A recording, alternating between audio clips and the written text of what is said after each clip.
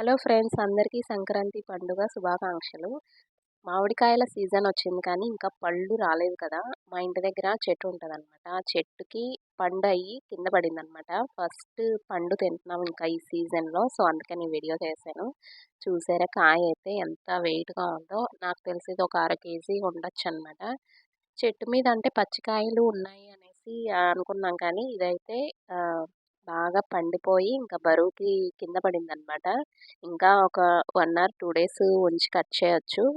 అప్పుడు ఇంకా బావుంటది. కానీ ఏంటంటే పగిలిపోయింది కదా! ఇంకా నిలవ ఉండదు కదా! అనేసి కట్ చేద్దామని చెప్పి ఈ వీడియో చేస్తున్నాననమాట.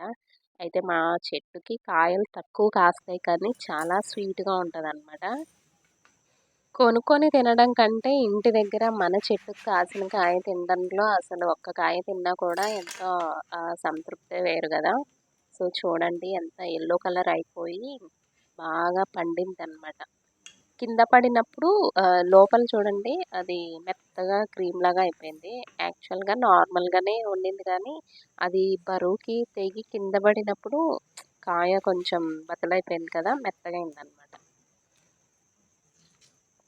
ఇంకా యెల్లో కలర్‌లో అయినప్పటికీ ఇంకా గట్టిగుంది. సో, ఏంటంటే కాయ పగలడం వల్ల ఇంక మనం ఇది నిలవ ఉంచడానికి బాగోదనమాట. కాయ అయితే చాలా స్వీట్‌గా ఉంటది.